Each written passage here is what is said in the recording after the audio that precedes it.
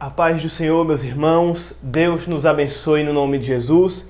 Meus irmãos, começando mais um EBD, Lições Bíblicas, e começando mais um ano para a honra e glória do Senhor Jesus, e também mais um trimestre, tá certo, irmãos?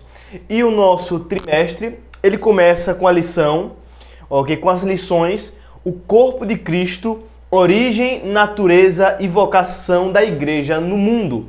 Irmãos, nós iremos ter ao todo 13, ok? Vamos dar uma olhada aqui. 13 lições a respeito da igreja, né? Eclesiologia, nós vamos estudar eclesiologia, que é o estudo da igreja. Então, nessa nossa primeira lição, nós temos que dar uma introdução para todo o conteúdo que ainda virá pela frente. E aí os irmãos podem nos perguntar, mas o porquê da importância do estudo da igreja? Irmãos, temos que entender muito bem o seguinte: nós estamos vivendo numa sociedade individualista. O que significa isso? Hedonismo também habita, infelizmente, no meio dessa geração. O que significa isso? Individualismo é cada um com a sua própria verdade, com pseudos-verdade, cada um crê numa coisa, cada um acredita em uma coisa, cada um toma para si uma coisa e não quer saber. Para cada um existe uma verdade diferente. Isso é individualismo. Meu pensamento, né? Há até um ditado desse individualismo que é o seguinte. É o ditado da parábola do samaritano. Não sei se os irmãos já ouviram, né? O samaritano foi roubado na estrada, os irmãos bem sabem a parábola do samaritano. Mas a filosofia da parábola do samaritano é o seguinte. A filosofia dos ladrões é: o que é seu, ou melhor, o que é meu e o que é seu é meu. A parábola e a filosofia do sacerdote e do levita é: o que é seu e o que é meu, não me importo. E a filosofia do samaritano é: o que é meu, o que é seu e o que é meu também pode ser seu. Então temos que seguir a filosofia do samaritano. O que é seu, mas o que é meu também pode ser seu. Mas como estamos vivendo numa cultura individualista, a cultura é a do sacerdote, a filosofia é a do sacerdote e é do levita. O que é seu e o que é meu e não me importo com a sua situação. E também não se importe com a minha. Essa é a cultura que estamos vivendo hoje em dia, meus irmãos. E por causa disso, afeta muito a igreja. Porque a igreja é a união, é a irmandade, é a fraternidade, é a união do corpo de Cristo. A igreja não é uma pessoa. Uma pessoa é membro do corpo de Cristo, que iremos estudar mais adiante a respeito, nas outras lições. É membro do corpo de Cristo, mas não é a igreja sozinha. A igreja é todos os membros unidos, um com os outros. Isso é a igreja não é o templo, a igreja não é o lugar onde o povo se reúne, a igreja é a reunião do povo de Deus. Então, num tempo tão individualista como esse, que cada um tem a sua verdade, cada um tem os seus princípios, afeta muito a igreja, porque a igreja não anda nesse princípio, a igreja anda na união, anda na irmandade, na fraternidade. A igreja anda desse jeito. Irmãos, para os irmãos terem ideia a respeito, há um dado que diz que 80% do Brasil se dizem ser cristãos, mas somente 34% confiam na igreja. Então, se vamos fazer uma conta, por exemplo, vamos fazer uma conta muito simples aqui. No Brasil há mais de 200 milhões de habitantes, mas se houvesse 100 milhões de habitantes no Brasil, 80 milhões diriam que eram cristãos, mas somente 34 milhões iriam e confiariam na igreja. Isso é muito perigoso, porque a igreja é uma instituição divina. Não é um patrimônio humano, não é uma criação humana ou uma criação de Deus de última hora. Não, a igreja, desde o tempo da eternidade, já estava no coração de Deus. A sua criação, o seu fundamento, a sua inauguração e a sua obra, e o seu trabalho, sua função. Então, irmãos, entendendo a respeito da igreja e da importância da igreja, iniciamos a primeira lição Lição de número 1, a origem da igreja. Veja o que diz o texto áureo. E disse-lhe Pedro, arrependei-vos e cada um de vós seja batizado em nome de Jesus Cristo para perdão dos pecados e recebereis o dom do Espírito Santo. Verdade prática. A igreja é a família de Deus, comprada com o sangue de Cristo e selada com o Espírito Santo. Então aqui nós vemos algo muito interessante. A igreja é família de Deus, comprada com o sangue de Jesus e selada com o Espírito Santo. Isso é algo muito importante. Mas vamos lá. Irmãos, nós temos que entender a importância da igreja. Para os apóstolos, para os profetas, para os primeiros cristãos, a igreja era de suma relevância e importância.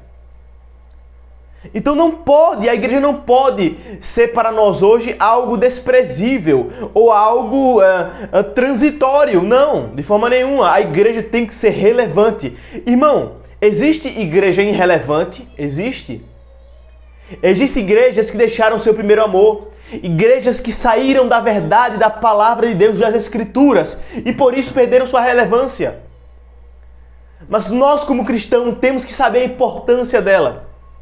Ainda que algumas igrejas locais, congregacionais, estejam perdendo sua relevância por abrir mão das Escrituras. A igreja universal, que é a igreja de Cristo espalhada por todo mundo, ela sim, ela é relevante e nunca perderá sua relevância. Vamos lá.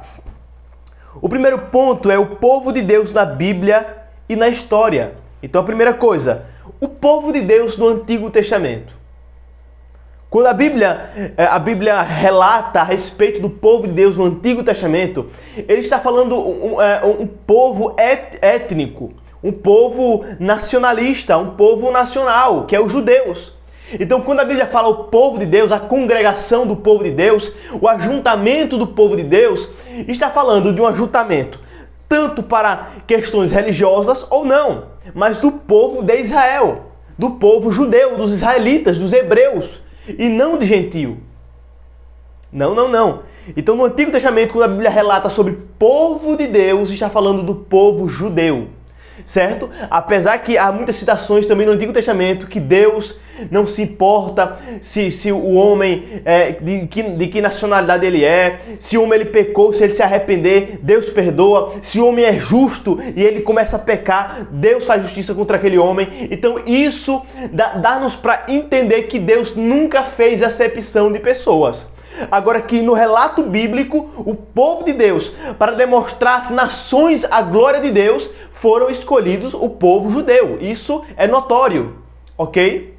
Mas no Novo Testamento, quando Jesus, que era um mistério oculto, né? Jesus, que era o fundador do mistério oculto que é a igreja, do ministério da reconciliação, quando Jesus nasce, ali nasce também a igreja, concretamente, se podemos falar, porque a igreja sempre houve no coração de Deus. O projeto da igreja sempre houve no coração de Deus, mas ela nasce com o Senhor Jesus. Então quando Jesus nasce, né, ali começa-se a nova aliança, e depois de alguns anos começa a escrita do Novo Testamento, os apóstolos e tudo mais. Se dá para entender outro tipo de povo de Deus, que é também chamada de eclésia, chamados para fora, chamados do mundo, chamados da trevas para fora, para o reino da luz do Senhor Jesus. Então, no Novo Testamento, o povo de Deus, ele deixou de ser nacional, deixou de ser étnico e começou a ser todo aquele, como Jesus disse, e pregar o evangelho a todos os povos, a toda criatura. Então o povo de Deus é todo aquele que recebe a mensagem do evangelho, acredita, faz profissão de fé, crê, é batizado pelo poder do Senhor Jesus Cristo, é batizado para arrependimento, batizado pelo Espírito Santo e está na igreja de Cristo. Essa pessoa se torna igreja, povo de Deus. Não importa se é africano, se é brasileiro, se é chinês, se é europeu, se é norte-coreano, se é daqui do sul-americano, se é da América Central, não importa. Da Ásia, não importa. Ok? Entendido assim, vamos para o terceiro ponto, que é na história da igreja. Então veja só, o povo de Deus, há algumas religiões aí por fora que acreditam que o povo de Deus é só aqueles, né, que dizem, porque não há relato bíblico, histórico nenhum, que foi Pedro que foi o primeiro papa, não tem relato nenhum isso, ok? Quando Jesus fala, Pedro, tu és pedra e sobre a rocha edificarei a minha igreja. Né? Então Jesus está falando, olha Pedro, tu és pedrinha, mas sobre a rocha, que sou eu, a minha igreja será edificada. Então não há sucessor de Pedro, não existe isso. Não existe isso. Em lugar nenhum, em relato nenhum bíblico, Jesus nunca falou nada disso. Não, de forma nenhuma. Então, não há sucessores da igreja. Não existe isso. A igreja é o povo de Deus unido, comprado, resgatado e salvo pelo Senhor Jesus, que é a cabeça da igreja. Então vamos lá. Entendemos que a igreja ela é a habitação de Deus. Ok? Então, na história cristã, a igreja ela é composta de salvos, redimidos, transformados, convertidos, arrependidos, santos, limpos, puros pelo sangue de Jesus, unidos uns com os outros. Esta é a igreja de Jesus, ok? Vamos lá.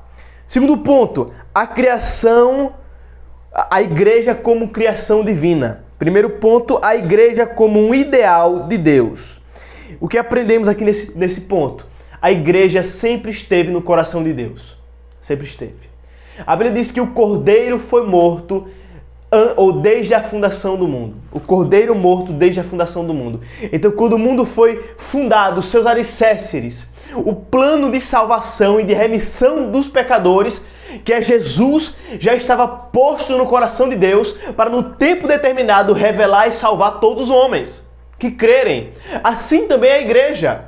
Porque a igreja, como iremos estudar na aula que vem adiante, né, que é as imagens da igreja, a igreja é chamada de noiva de Cristo. Então a igreja tem um relacionamento com o Senhor. Então quando Jesus morreu na cruz do Calvário, ali foi o fundamento da igreja. Foi fundada. Ok? Vamos lá. Então, o plano da igreja, irmãos, a igreja não é um resultado de última hora. A igreja não é algo transitório. A igreja não é algo escolhível. Não. A igreja é o corpo de Cristo. Se você quer fazer parte do corpo de Cristo, você tem que estar selado junto com a igreja. O que mais? Este é o mistério oculto entre milênios e séculos que foi nos revelado. A igreja. A igreja. O que mais? A igreja como uma realidade concreta. E vindo à plenitude dos tempos, Deus enviou o seu Filho, nascido de mulher, sob a lei. Então veja o quê? Para congregar a Deus, para congregar em Cristo todas as coisas, na dispensação da plenitude dos tempos. Então veja, se a igreja ela existiu, ela sempre houve no coração de Deus, até o tempo, né, que o Senhor ali pensou em realizar a obra da igreja, não se sabe quando. Então, mas ela sempre houve no coração de Deus. Mas ela foi fundada em Cristo. Jesus é a rocha fundamental. Jesus é a pedra de esquina. Os irmãos sabem o que é pedra de esquina? É uma pedra fundamental. Se tirar essa pedra, tudo desmorona. O apóstolo Paulo disse, não tem como fundar outro fundamento, porque já está posto. E esse fundamento é Cristo. Essa base é Cristo. Então, a igreja, ela se torna uma realidade concreta com o nascimento e com a vida de Jesus. Se torna uma realidade. Mas ainda não estava em função. Não, ela não estava em função ainda. Ela iria começar a sua função no dia de Pentecostes, que foi a sua inauguração. Ok? Jesus, quando ele funda a igreja, ele começa a dar os princípios, os pilares para a igreja viver. Ela só pode abrir as portas quando Jesus derrama o seu Espírito em Pentecostes. E é isso que vamos ver agora no terceiro ponto. A igreja no Pentecostes.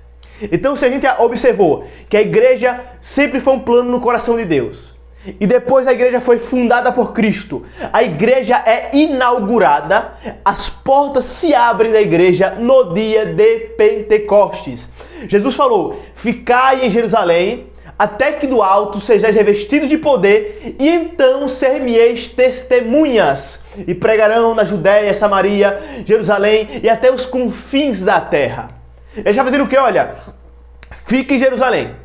Fica em Jerusalém. Seja revestido de poder e depois ser-me-eis testemunhas. A igreja é testemunha de Cristo. Testemunha da palavra, da salvação, do evangelho, da reconciliação, da graça de Deus. Mas a igreja só inaugurou no Pentecostes, ok? Vamos para o nosso terceiro e último tópico. A igreja como a comunidade dos salvos. Primeiro, regenerados pelo sangue de Cristo. A igreja é composta de regenerados. Eu não sei se o irmão já se lembra de alguma pregação sobre regeneração, mas nós temos que pregar muito mais a respeito disso. A regeneração. O que é regeneração? É voltar à origem, voltar ao princípio, é ser restituído. O homem, quando peca, a imagem de Deus fica, mas a semelhança, que é o caráter, que é a pureza, vai embora junto com o pecado. Vai embora. Então Cristo, quando morreu na cruz para fazer de nós a sua igreja, Ele nos regenerou, Ele nos levou de volta ao princípio e falou, olha, você agora não somente é a imagem, mas também pode ser a semelhança de Deus, porque a minha justiça eu coloco sobre você e os seus pecados eu levei na cruz do Calvário. Isso é regeneração. O que mais? Segundo ponto, selados pelo Espírito Santo. A igreja, ela só é igreja se ela for selada com o Espírito Santo. A Bíblia diz que o Espírito Santo é o selo da garantia que somos de Deus. Então cada cristão tem que ser selado com o Espírito Santo para fazer parte da Santa Igreja do Senhor. O que mais? O batismo de Cristo e do Espírito. Aqui, nesse último ponto da nossa lição, entendemos algo magnífico. Depois de tudo que aprendemos, a igreja de Deus, ela é selada e batizada. O batismo, os irmãos têm que entender o seguinte, que o batismo do Espírito Santo é o selo. O Espírito Santo, quando vem, ele sela a pessoa e faz dela participante da igreja de Deus.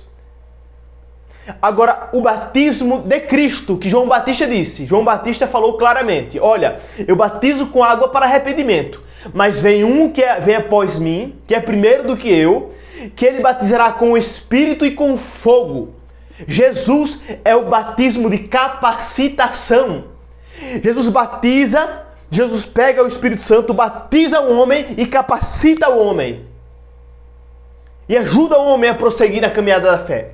E o Espírito Santo vem e batiza o homem para ele fazer parte da igreja. Ser mais um membro do corpo de Cristo. Ser a noiva de Cristo. Ser o edifício de Deus. E isso iremos aprender na próxima aula. Mas irmãos, uma aula bem resumida, né, aqui no YouTube. Espero os irmãos presencialmente, nas terças-feiras, na nossa igreja. Ok? Peço que os irmãos nos sigam, ou melhor, se inscrevam aqui no canal do YouTube, aperte o sininho, curta, compartilhe, sempre nos acompanhe aqui, não somente também nas lições bíblicas, mas nos outros vídeos que postamos de estudos da Palavra de Deus, de ensinamentos da Palavra de Deus. E essa é, meus irmãos, mais um capítulo das nossas lições bíblicas do o primeiro trimestre do ano de 2024. Lições para adultos, ok? Então que Deus nos abençoe e que venhamos entender a importância da igreja. Que a igreja, desde o princípio, esteve no coração de Deus. Nasceu com Jesus. Foi inaugurada no Pentecostes. Não depende do homem. Depende da cabeça da igreja, que é Cristo. Depende de Deus, do Espírito Santo. O Espírito Santo que nos sela e nos faz participante da igreja, e o poder do batismo de fogo de Jesus que nos capacita para fazer a sua função. Então que Deus nos abençoe a cada um de nós, no nome de Jesus. Espero você nas próximas aulas que ainda teremos, no nome do Senhor Jesus Cristo. Deus nos abençoe.